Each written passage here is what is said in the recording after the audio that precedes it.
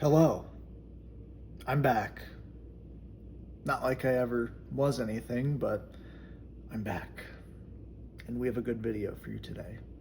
Because you know what? We're training back and hamstrings. It's gonna be a great day. We're gonna do some pullovers, we're gonna do some pull downs. We're gonna deadlift, not off the floor, but we're gonna RDL. Because we needed that thickness, all right? We're not gonna look like shit from the back. It's not okay. And it's a great day. The sun is out. It is hot. It's the middle of August. But it's a great day. I'll take you through back, I'll take you through hamstrings, I'll take you through biceps, which need more work.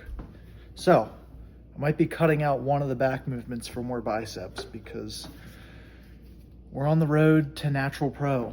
Ben Weider 2026, that's the goal. The goal is win the show, go pro, and then be a great pro. And if that doesn't work, I'll probably try again next year. So, we're making the intro. All I have in here right now is just 10 grams of creatine. I take 10 grams just because I'm a little heavier right now. I'm about 205. 1 scoop of this hydration powder. It is 0 calorie, a lot of sodium, great for staying hydrated, good pump. This is the carb powder I use. I do not have the kind of money to be spending on cyclic dextrin. So these are the EAAs I'm using. These are from Vitamin Shop. Just 10 grams. And we'll do 25 grams, which is just 1 scoop of this. 25 grams of carbs during my lift. Great for maintaining pump. Great for replenishing those glycogen stores throughout the lift so that your strength is able to be held throughout the duration of your session. And now I am mid-off season right now. So basically, I'm at a point where body weight doesn't need to move up too much more. So we're at about a sticking point at right around 205 pounds. We'll probably hold this for another 2 weeks, 3 weeks, trying to improve condition at this weight. Because if once you hit a sticking point condition wise where you're not quite fat, but you're not exactly lean, that's how I know it's time to just hold condition, maintain performance, try to keep performance improving a little bit, but at the very least maintain. And that is pretty much the framework. And then once condition improves, holding that body weight, then we'll increase food again. My food right now is right around 3,600 calories on training days. I'm probably at 240 protein, a couple hundred grams of carbs, and about 65, 75 grams of fat. And non-training days, I just do half of the carb amounts because you stay more insulin sensitive. Your food on training days will be more effective for being stored as glycogen and not as fat, because staying insulin sensitive in the off season is a big factor if you want to continue your growth. Because the last thing you want to do is become insulin resistant, because then all the food you eat is more likely to be stored as fat. Your body is going to be less likely to utilize those nutrients for building muscle, and it's just going to go to fat, more likely. So enough yapping. We've had the intro made and it's leaking. We need to fix that. But we're going to train back. I'll see you there. I'm not trying to be Sam Sulek because I'm not him. Anyways, Ben Weider 2026 is my next show, more likely than not. I competed in 2024 at that show, and I got last. It was humbling. I did a local show 4 weeks before that, and I won, no problem. So the competition at this show is top tier for the NPC. Now I could go compete in the OCB, the WNBF, but do I really want to do that? No. I'd rather just do the NPC natural shows and try to go pro, because that's the goal. There's no point in me doing another small local show when I know that my goal is to go pro at Ben Weider. So after 2024's showing not doing so hot, realizing that I'm going to need a lot more muscle if I want to win that show, we went back to the drawing board. Took a long off season. I've been in off season for almost 40 weeks now, and we've already made great improvements. Great improvements. Much more than last off season. Which I'll try to put a picture up of what I looked like peak off season last year. I was fat. I was big. I was strong. But I was fat. And I'll put a picture up now of what I'm looking like. Raw check-in photo. And this is respectable. Respectable 205.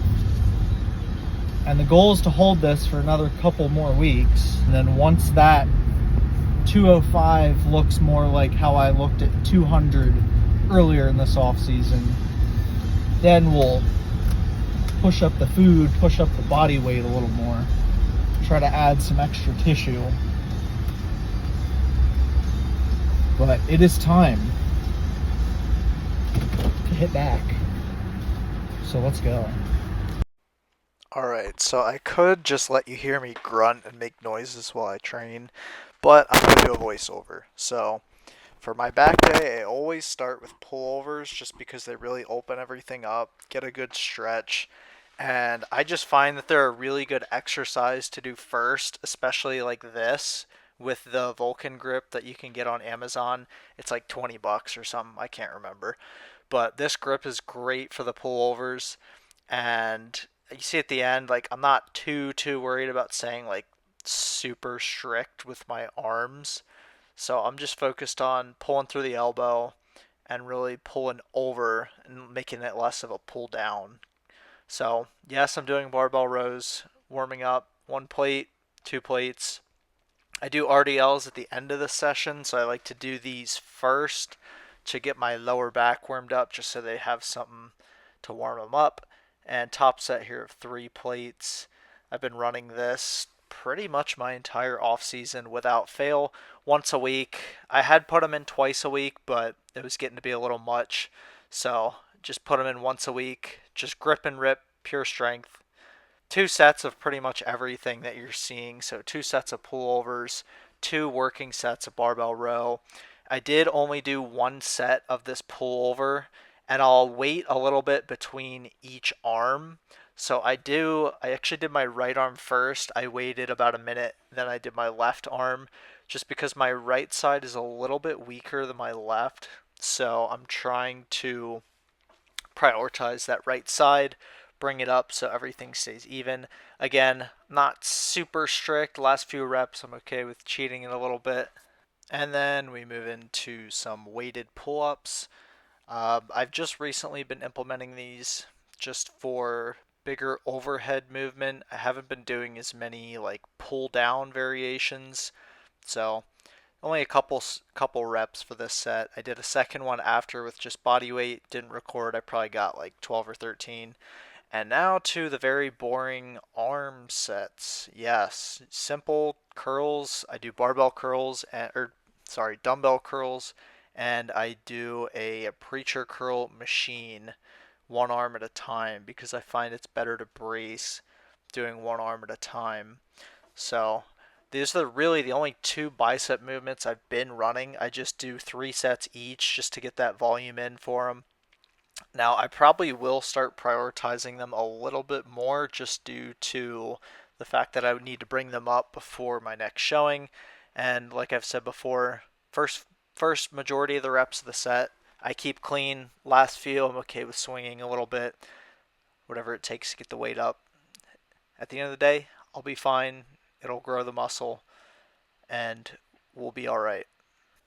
All right, now we move into the hamstring portion of the workout. Not as much volume here. Literally just 2 sets, 2 working sets of this. I like to brace with my arms over the machine as seen, and I squeeze my shirt in there just for some extra bracing and support. The seated ham curl we have at this gym is not very good, so I've just been running laying ham curls for the last several months. But my hamstrings are already a strong point, so I'm honestly not too worried. And now we move into the final exercise of the day, which is RDLs. I got 4 plates on the bar here. Basically just try to move the weight. Hamstrings are pretty good. I'm fine with getting lower back engaged just because I want more thickness back there too. Range of motion could be improved, not going to lie. But overall, this is a good set. I did a second set with 365 to get a little bit more reps, just a little bit more volume. And then that was it for the workout. And now, after every session, I've been doing at least 1 full round of posing, just the mandatories with a little bit of extras. So this is the physique, 205 pounds on average week to week. Holding here for the foreseen future before we make another little push-up, and then eventually hold that. So I'm not a huge fan of mini cutting if you're not that fat. I prefer to just hold a body weight that's not too fat but not also super lean, because that way you can improve at that body weight. You can get your body used to being at a quote-unquote heavier body weight, and overall you just improve where you're already at. You're already eating a lot of food. You're already at a healthy body fat percentage, so your recovery is going to be good. If you're going to mini cut and you're not really fat, it's not necessarily a waste of time, but I just feel like, especially as naturals, we are much more predisposed to letting training fall off a little bit by trying to cut down and then bulk back up, other than a purpose of a prep for a show. So, finishing up some posing here, not planning to really make any diet adjustments. I still go out to eat once, maybe twice a week. But other than that, I pretty much just eat on my meal plan every day. It's really that simple. Bodybuilding is not complicated at all. You train hard, you eat your meals, you get your sleep. It is pretty much that simple. That is a full back and hamstring with some biceps day. As you could probably tell by the posing I added, I definitely need to bring up my arms. I've been working on bringing up my delts. My chest has come a long way. So now the main focus is biceps, rear delts, and just delts in general. And obviously just grow everything else. I'll be happy.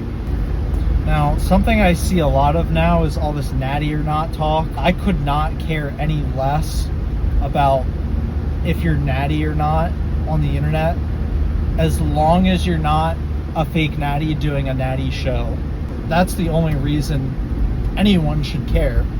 But the reason people care so much about if someone's natural or not is because all they do is compare themselves to that person.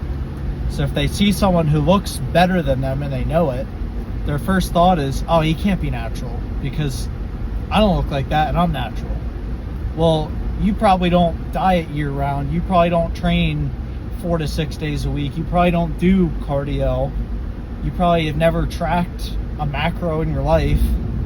Or if you have, your plan isn't working. Which, if they're competing in a tested show and they're not natty, should just tell you that they have a bad physique in general. Because if you're taking PEDs and doing a natural show, you're just a coward. It's that simple. So at the end of the day, if you want to bodybuild, the first thing you should do is invest in a coach, because the coach has years of experience if you hire the right one. They already know the common mistakes that people make when starting out. So the price you would pay in ignorance, learning everything that a coach will teach you, you'll make up for by paying the coach. So the whole reason we read books or go to classes or learn anything from anyone is to save ourselves from paying the stupid tax or the ignorance tax. If you get into bodybuilding with no coach right now, let's say you're 15, 16, 17, I don't care. You could be 30. You could be any age and just getting into this lifestyle, this sport, this room of people, I guess you would say. And people say, "Oh, I can't afford a coach. It's too expensive." Most coaches, you can hire a decent coach for $200 to $250 a month, and that's on the higher end, to be honest with you.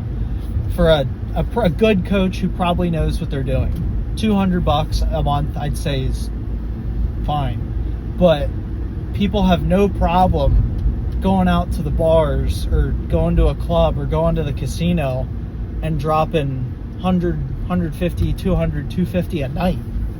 Like, that's nothing to them. And it's like, oh, well, I was just having fun. Well, imagine if you just invested that money in hiring a coach who can guide you and motivate you and keep you accountable for what you actually want to achieve. So even if you don't want to be a competitor and you just want a better physique, you want to grow muscle, you want to get lean, you want to improve your quality of life and health, invest in a coach. It's the same reason you go to school to get a degree, same reason you go through training if you start a new job. It's to avoid paying the ignorance tax. The question is, how much are you willing to pay to avoid that ignorance tax? Or how much can you afford to not have to pay that ignorance tax to a degree? So if you want to compete and you are a younger person, hire a coach. I've been working with my coach for several years now, and it's been great. I've learned so much. My physique has progressed more than I could imagine. So the bottom line here is, if you want to compete, if you want to get healthy, and you don't know what to do, you want a framework, you want accountability, hire a coach. It's that simple. Very simple post-workout meal. 50 grams whey protein, 90 grams mix of this. I do half and half just because I try to mitigate the sugar content. So simple post-workout meal for my off season. Getting my meals in is not hard. I just like having cereal post-workout, and these are both rice based, so it's going to digest quick so I can eat my next meal, and it works for me. It is now time for meal 4. 6 ounces of steak, 235 grams of rice, and some asparagus with hot sauce, honey mustard, and seasoning. That will just about do it for today's video. We hit some back, biceps, hamstrings. We ate some good food, and yeah, it's off season for the next 9-ish, 8-ish months till we prep for Ben Weider 2026 for the pro card attempt number 2. I might do another show during that prep, I might not. My plan is to stay in the NPC for all their natural shows and eventually win the Ben Weider. That's all I have. Thank you for watching, and have a great night.